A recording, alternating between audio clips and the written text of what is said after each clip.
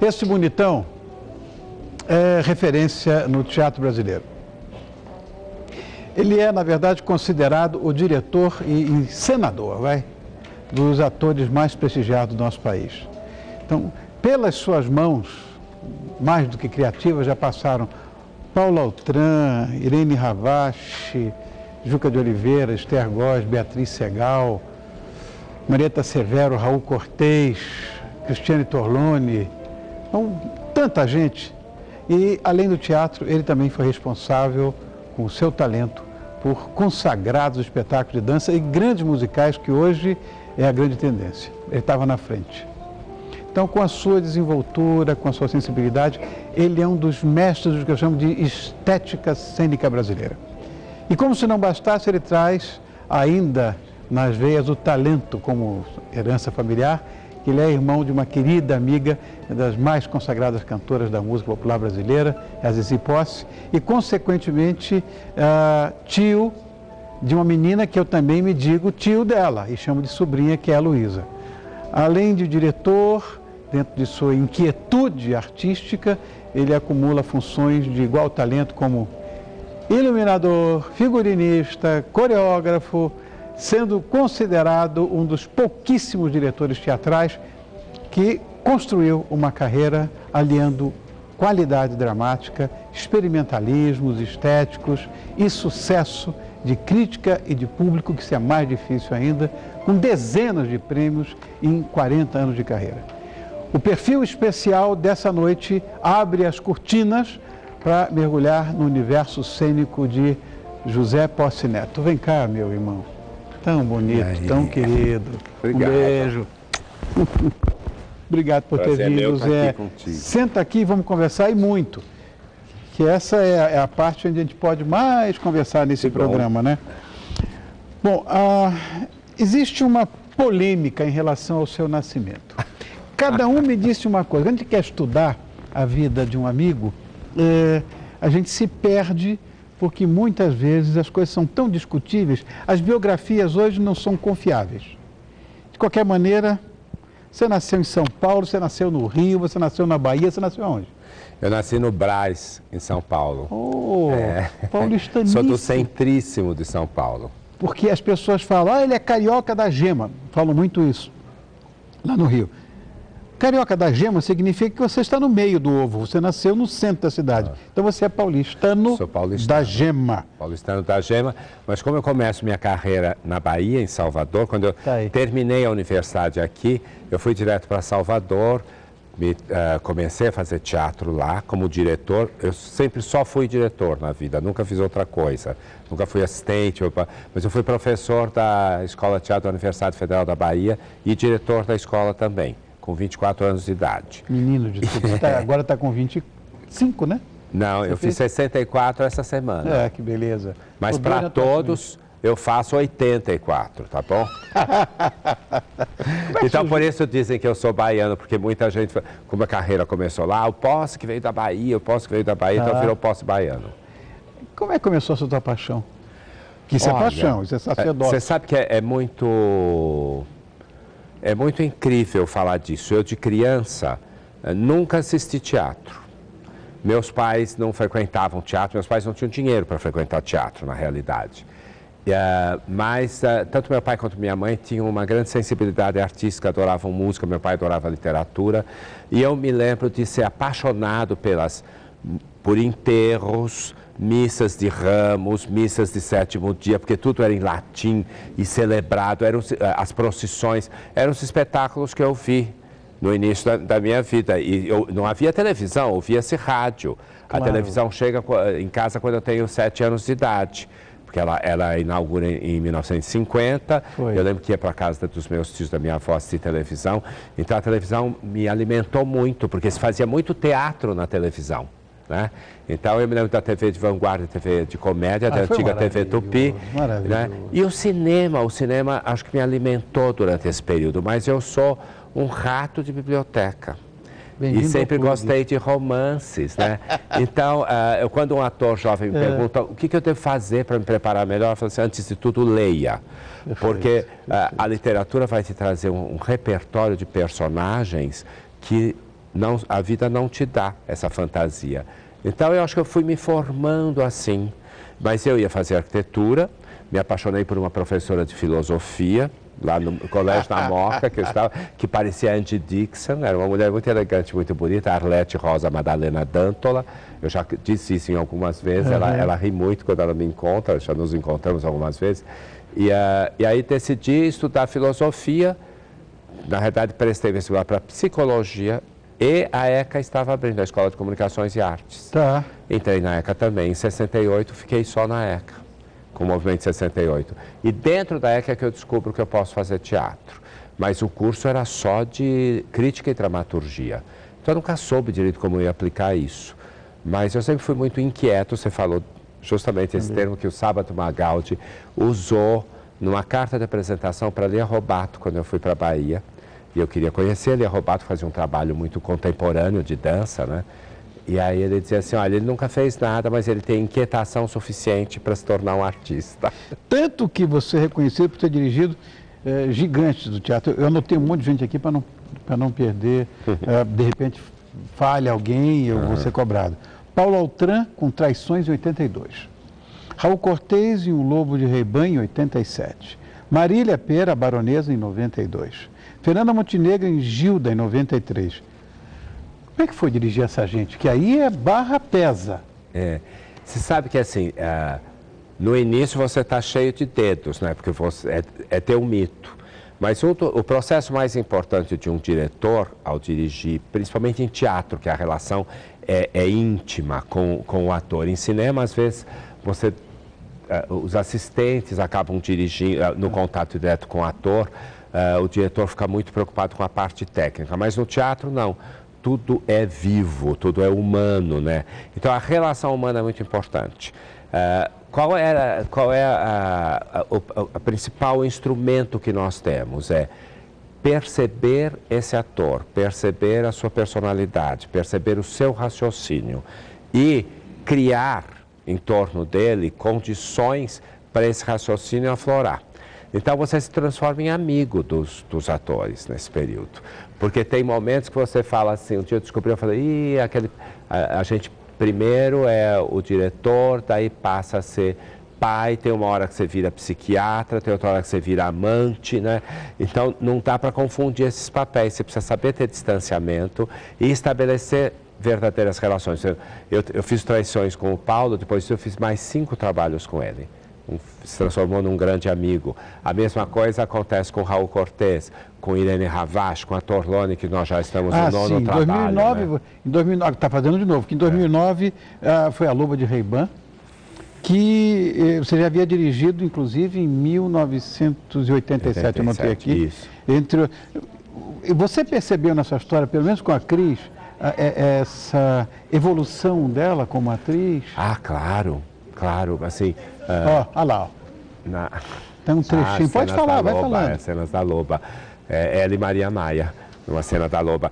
Com a Cris foi fantástico, a gente se encontra no Lobo de Reiban, onde ela fazia o papel da esposa do Raul. Depois ela vai fazer o papel que o Raul fez numa versão feminina, foi transformada para feminino. Só que entre esses 2 trabalhos, nós fizemos ainda um trabalho em Portugal, que chamou-se Êxtasis. Depois fizemos uma montagem premiadíssima, que foi a Salomé do Oscar Wilde, sim, que era magnífica. É Oscar Wilde, sou apaixonado por ele. Depois fizemos uma Joana d'Arc de Dark, tá? Que é uma versão feminista americana. Depois fizemos uma comédia que era Mulheres por um Fio, com textos do Jean Cocteau, da Dorothy Parker e do Miguel Falabella. E daí fizemos também a versão brasileira do Room, que é uma peça que foi encenada na Inglaterra e nos Estados Unidos. E resolvemos remontar a Loba. O Lobo, agora na versão A Loba. Então, é um casamento artístico, realmente, que a gente tem. E aí você percebe a tua transformação, a da outra pessoa. É muito bonito, é uma família que vai andando, né? Uma coisa que me assusta é exatamente isso, porque você está sempre com centenas de trabalhos, quase que ao mesmo tempo. É muito pluralista, você é pluricéfalo, sei lá. hoje tua agenda, eu tenho aqui, dá medo. É insuportável. Aqui, ó, samba, New York, está preparando para estrear o Cabaré com a Cláudia Raia. E tem mais no meio que você não tem aí. O que é? Fala. O que acontece é o seguinte, eu estreei há 2 dias atrás o New York, que é a primeira montagem mundial, porque eu vi o filme do Martin Scorsese sobre o livro, mas a primeira versão para teatro está sendo feita no Brasil, adaptada pelo próprio autor do livro. Com a Alessandra Maestrini e o Juan Alba, que estão magníficos, a Simone Gutierrez, que eu acabei criando um papel para ela, porque não existia, mas ela é um talento incrível e gente talentosíssima. São 55 pessoas em cena. Meu Deus. É uma ópera. Ao mesmo tempo, estava trabalhando no samba, porque acontece no ano passado um casamento artístico muito importante para mim, que é o meu encontro com Anselmo Zola, que foi coreógrafo do Martha Graham Memórias, que nós vamos apresentar em Paris no dia 1, 2 e 3 de julho, no mês da dança, no Teatro da Porte Saint-Martin. Essa coreografia dele do samba é linda. É deslumbrante. Aí eu convidei, eu propus o projeto para a Verinha Laffer e para ele da Martha Graham. A relação criativa foi maravilhosa e pessoal também. Aí eles me convidaram para participar da criação do samba, que é um projeto do Anselmo. Como é que surgiu essa parceria? Como é que você... Essas coisas surgem meio por obra de destino. Eu já conheci o Anselmo, conheci o trabalho dele, nunca pensei em chamá-lo antes para alguma coisa, mas quando eu tive a intuição de fazer a Martha Graham, eu percebi que era um trabalho para o Estúdio 3, era um trabalho para a Verinha Laffer, um personagem para ela encarnar. E aí a gente se encontrou nisso e de repente a coisa começa a borbulhar e a gente consegue trabalhar sem grandes esforços. O Anselmo é tão rápido quanto eu, às vezes até mais, e muito inventivo. Então nós fizemos o samba e o New York ao mesmo tempo. São 2 trabalhos enormes, complexos, de linguagens diferentes. Depois eu estou remontando um Porto para Elizabeth Bishop, que foi feito há 10 anos atrás, com a Regina Braga. Estamos remontando para uma versão para ela viajar, que estreia na Sala Eva Hertz, agora dia 13 de maio. Daí eu começo a pré-produção do Cabaré com a Cláudia Raia, mas na paralela eu estou montando o Ciranda, da Célia Forte, que estreia em agosto. Depois do Cabaré ainda tem uma versão do Rain Man. E o ano que vem eu tiro férias. Quando é que você dorme? Eu ia perguntar, né? Olha, eu durmo muito tranquilamente, mas eu nunca dormi mais do que 4 horas. Bem-vindo ao clube. Tá bom. Eu assisti também espetáculos, você dirigindo a minha querida amiga Zizi, que é sua irmã, e a minha sobrinha Luísa. Como é que é dirigir assim a família? É mais complicado? Houve um período que era mais complicado. No início da carreira da Zizi, ela começa fazendo teatro comigo na Bahia. Né? Então tinha assim, a Zizi com 17 anos saiu de casa daqui de São Paulo e foi morar comigo em Salvador, porque ela ia prestar vestibular para a Escola de Música e Artes Cênicas, que era a melhor escola de música da América Latina na época. Então a Zizi tem 3 anos de formação de composição e regência de música erudita contemporânea, maestrina. Ela entrou em primeiro lugar, porque ela tem uma musicalidade incrível, tem ouvido absoluto, é extremamente inteligente. Só que eu estava montando o meu primeiro musical, falando em musicais, que chamou-se Marilyn Miranda em suas viagens by Jegue e Aeroplano do Oiapoque ao Chuí. Era uma grande espinafração baiana que eu fiz com alunos meus da Escola Teatro da Bahia, com um grupo de músicos profissionais. Então, a Zizi, como adolescente, ansiosa, né? Eu falei, você vai tocar piano na banda. Só que ela compôs alguns temas para a peça e começou a fazer as aulas de dança com a coreógrafa, tudo que era Betânia Guaranis. E um dia o elenco feminino me chamou de lado e falou assim, olha, você tem que pôr ela no espetáculo, porque aqui quem canta é ela, nós só enganamos, né? Eu falei, mas ela não vai querer. Não, ela está doida para fazer, por que ela não fala comigo? Ela tem medo de você. Que engraçado. Ela é 10 anos mais nova que eu. E aí eu fui falar com ela, ela disse que queria fazer, eu falei, então você vai fazer. E aí a Bahia se apaixonou por ela. A partir daí ela é convidada para fazer uma série de espetáculos que implicam encanto, encantar como atriz e cantando. Eu fui viver em Nova York, recebi uma bolsa da Fulbright Foundation para fazer pesquisa em teatro e dança de vanguarda. E quando eu volto, ela já tinha o primeiro contrato dela com a Polygram. Eu tenho a discografia completa. Então, tudo isso nasceu lá. E eu volto e vou dirigir shows com ela. Então, havia, no início, ao mesmo tempo que ela necessitava totalmente da minha aprovação, ela precisava fazer coisas que fossem dela, que não viessem só da minha cabeça. Então, havia alguns choques, mas eu fiz muitos trabalhos com ela nessa primeira fase.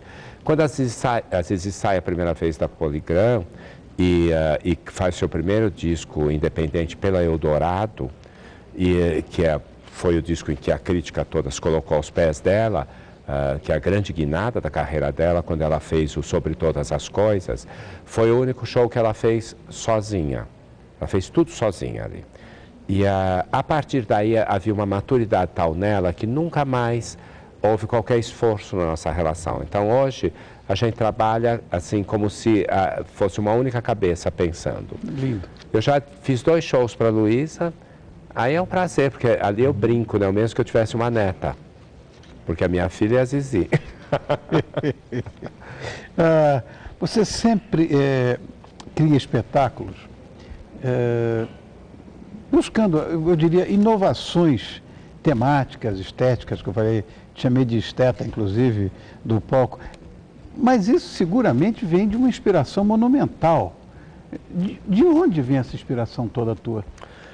Eu vou te contar uma coisa. Quando eu era criança, eu não era muito afeito a brinquedos infantis, eu achava meio chatos. Eu vivia numa casa com muitos primos, nós éramos 12 ou 13, era a casa do meu avô, moravam meus pais, alguns tios meus também, eram 3 ou 4 famílias.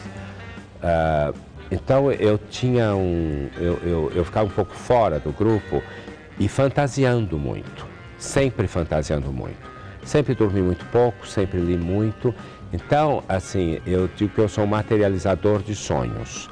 E eu, no início da minha carreira, eu começo a trabalhar numa linguagem, mesmo lá na Bahia, que era muito estranha para o meio e até para mim. Quando eu vou ver nos Estados Unidos, eu descobri que essa linguagem existia e já era desenvolvida na Europa. E lá é que eles chamavam de teatro-dança. Não era dança, balé, que está preocupado com os passos. Era um teatro feito com bailarinos, às vezes sem texto nenhum. Então, quando eu volto, eu tive 2 grandes encontros quando eu volto aos Estados Unidos aqui. Um com a Ruth Rachu e outro com Marilena Salti. São 2 grandes nomes da dança brasileira, responsáveis por inovações incríveis. A Marilena pela introdução da dança-teatro no Brasil. E eu faço um espetáculo com a Ruth Rachu e o Thales Panchacon, que chama-se Sonho de Valsa, que os críticos não sabiam como criticar, porque eles não sabiam se era dança, se era teatro ou o que era. E a Marilena assiste a estreia desse espetáculo e me convida para fazer com ela um sopro de vida da Clarice Lispector. A adaptação do livro para um espetáculo que foi memorável, que ela ganhou todos os prêmios. Eu ganhei todos os prêmios, o Felipe Crescente, que foi o cenógrafo, que era um jovem estudante de arquitetura. Então, foram espetáculos que inovaram totalmente a linguagem que se fazia na época. Mas isso não era um privilégio meu. Havia a Juliana Carneiro da Cunha fazendo isso, o Denilton Gomes, sabe, assim, o Jorge Tacla trabalhou com a Juliana, na época também dentro dessa linguagem, o Yakov Hillel, que trabalhou com a Marilena, o Celso Nunes, mas assim, a minha assinatura vem daí. E quando eu faço o Filhos do Silêncio, que a gente montou muito antes do filme sair, porque o espetáculo na Broadway aconteceu, o Odilon Wagner e a Irene Ravache me convidaram, aí acontece uma outra leva de convites. Na estreia desse espetáculo, o Paulo Outram assiste e me convida para fazer o Traições. E daí foi uma roda gigante que foi andando. Nessa roda gigante, o que mais te encanta no teu ofício? Olha, o que me encanta é o espetáculo, é a caixa de ilusão. O que me encanta é o intérprete. Eu posso ter um texto ou um livro e ele vai me determinar, ele me inspira, mas o que mais me inspira é o ator que eu tenho na mão. E eu adapto tudo para ele, para aquilo que ele pode fazer melhor. Eu não tento adaptá-lo ao que a peça pede. A peça é um pretexto para eu expor esse talento, né? Para eu emoldurar esse talento através de uma estética que é linguagem. A estética determina a relação com o público, ela determina essa linguagem. Então, a minha paixão, por exemplo, a minha vida social é estar ensaiando. Quando você fala, é impossível esse tempo todo, Mas eu me divirto muito mais. Por exemplo, se quer melhor do que no ano passado, eu estava fazendo a Martha Graham, o Bark, um musical que falava de cachorros, estava fazendo um espetáculo para o Cisne Negro, que era uma adaptação do Pequeno Príncipe, que era o Baobá, e ainda estava preparando Emoções Baratas, que é um musical que eu lanço numa época que ainda não tinha febre dos musicais, há 22 anos atrás. Foi um enorme sucesso, ficou 2 anos e meio em cartaz. Eu fazia esses quatro espetáculos se cruzando um com o outro. Eu convivi com elencos jovens, talentosíssimos, instigantes, quer dizer, tem energia melhor para receber, afetuosos, eu não preciso de nada na vida. Não. Agora, um perfil desse como o teu, a gente precisaria de mais uns 2 atos. Como nós estamos na televisão e já falamos aqui pelo menos uns 40 minutos, eu queria te agradecer muito, Zé, pela sua presença, pelo seu carinho que você sempre teve com esse programa, comigo pessoalmente, e lembrando que esse brilhante diretor, Zé Posse Neto, está em cartaz com New York, New York, no Teatro Bradesco, que é um teatro lindo, e vai estrear o Samba no Citibank Hall, nos dias 18 e 19, às 21h30. Errei? Não errou. E esses 2 espetáculos têm a participação ao vivo das cantoras. Ai, que coisa então, boa. Alcione, a grande Alcione. Sim, Marrom, minha querida amiga. A Zizi, olha que a Luísa e a Paula Lima. Essa grande sambista maravilhosa. Querida amiga também. Né? Então, obrigado, viu, querido? Obrigado por me receber mais uma vez aqui nessa tua casa. É sempre um prazer estar contigo. Um beijo. Ele cai mesmo, Ele cai. Tá bom. Muito obrigado. Obrigado, Zé. Que coisa mais bonita. Olha que coisa linda. Obrigado, Zé. Zé Posse Neto.